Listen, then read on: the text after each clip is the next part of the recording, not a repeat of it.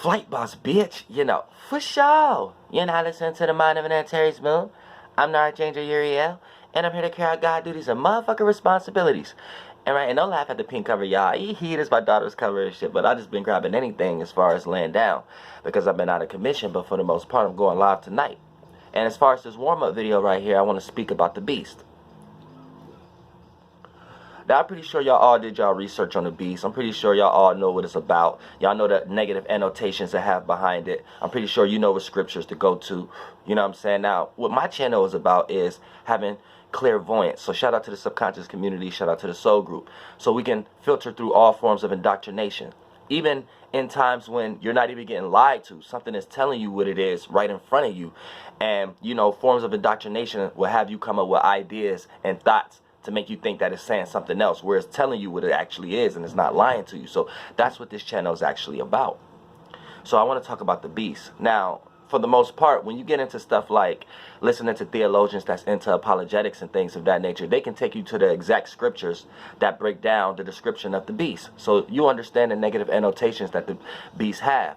But what you don't understand is a lot of times they don't bring up when the beast was first mentioned. You know what I'm saying? So you can stop this video right now and go do your research on all the scriptures and things of that nature that break down the beast.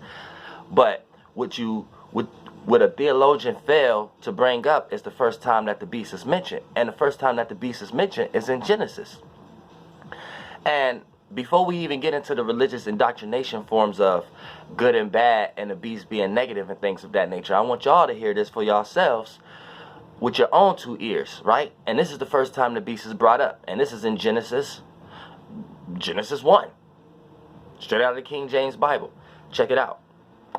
And God made the beast of the earth after his kind, and cattle after their kind. Did you hear that? Or do I gotta replay that?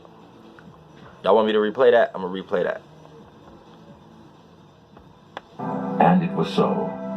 And God made the beast of the earth after his kind. And God made the beast of the earth after his kind. So, you know, before we even get into anything else, you know what I'm saying, as far as how the beast is described in later scriptures, you cannot separate the term beast from how it's being described in this part right now, which is the first time it was brought up, which is in Genesis. And cattle after their kind. Cattle and everything that creepeth upon the earth after his kind.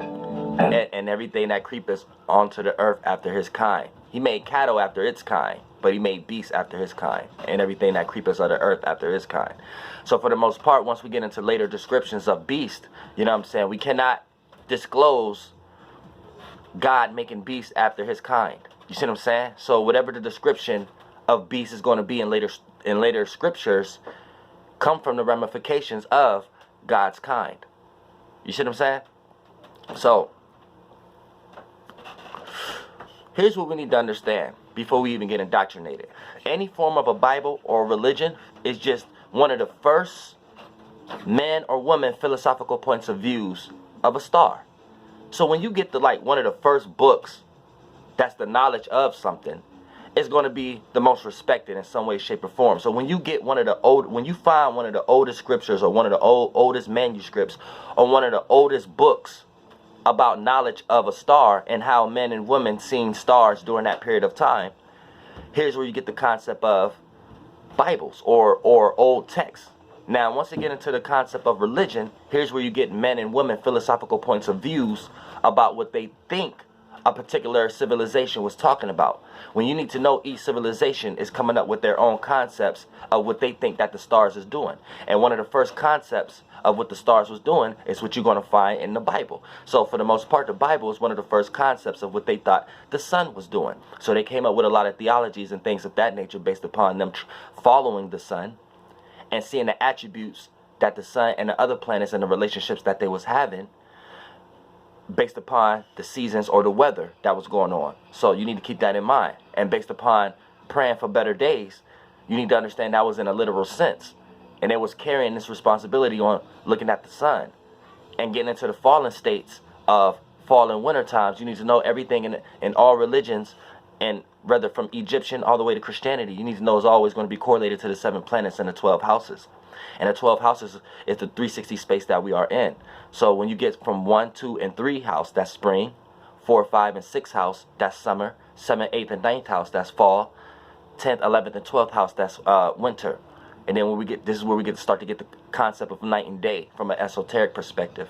You know what I'm saying? And started adding spiritual annotations or higher attributes to physical shapes and forms that we see outside of us. Here's where we start to get the praising of external representations, regardless of what you want to praise externally and how much energy you point that towards, whether it's Jesus or whatever like that. It doesn't really matter at this moment.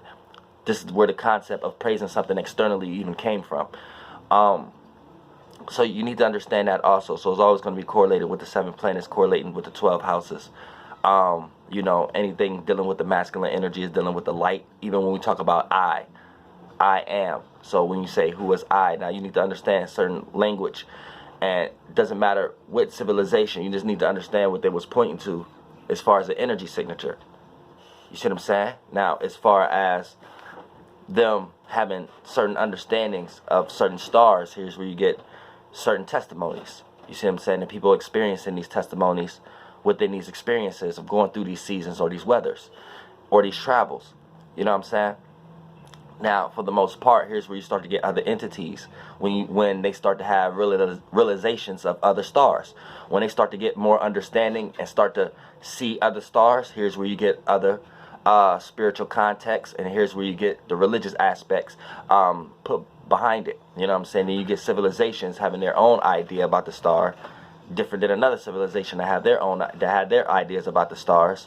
And here's where you get different civilizations and different concepts and different engineers and different systems. But you need to know it's all backed and supported by how each civilization looked at the stars. Because what you need to understand is anytime you hear the concept of heaven or the heavens, you need to know it's talking about the sky. So if you want to look into the Bible and ask somebody, where do God live? The Bible is going to say God live in the heavens. When the heavens is described in the Bible, it's described as what? The sky, what's above you. So when you look up in the heavens, what do you see? The stars and everything that they're saying that this God created. So for the most part, what you need to understand is that's the heavens, the sky. So, you know, when we start to talk about dimensions, you need to know you're going into different alignments, create different realms of realities, aka depending on the dimension that it's in, that's going to be how that realm of reality vibrate. So once we start to talk about going into different locations and different stars and different systems and constellations, you're going into a different realm of reality. And based upon that dimensional scale, that's how it's going to vibrate. So they're you know, they're deifying stars and turning it into men and confusing themselves and not understanding this was just the first ideas that men and women was coming up with based upon their understanding of what's going on in the heavens, which is the sky. You know what I'm saying? So, you know, keep that in mind. But, you know, this is just a little warm-up video to help people clearly understand what's actually going on. You know what I'm saying? So, for the most part, if you want to know what the beast is, it's actually this spirit that you guys are following. And this spirit has manifested into a lot of shapes and forms that made itself kind of dissatisfied about itself. And so it became a beast.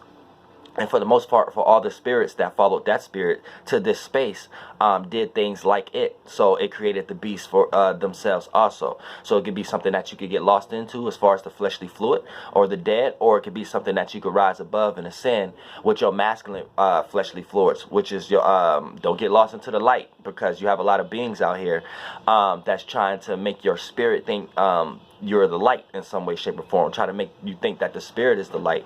And once you conflate the spirit and the light, therefore your spirit can get destroyed based upon a concept or an idea. So any strong spirit that come around that can throw out an idea, aka a flame, imagination, or a thought, that can have somebody feel like they are guilty or in damnation, can put someone into hell in some way, shape, or form. It doesn't even have to be an overall God. So keep that in mind also. So yeah, I'm gonna go ahead and close this video off because I'm gonna go ahead and get prepared for live and shit. And yeah, you know what I'm saying, just keep that in mind. Try not to get indoctrinated by any forms and things of that nature. And we're gonna go ahead and clear the whole world up and all the ramifications and things of that nature, so everybody can have a clear understanding, you know what I'm saying, in this lifetime. Flight boss, bitch, goddamn air.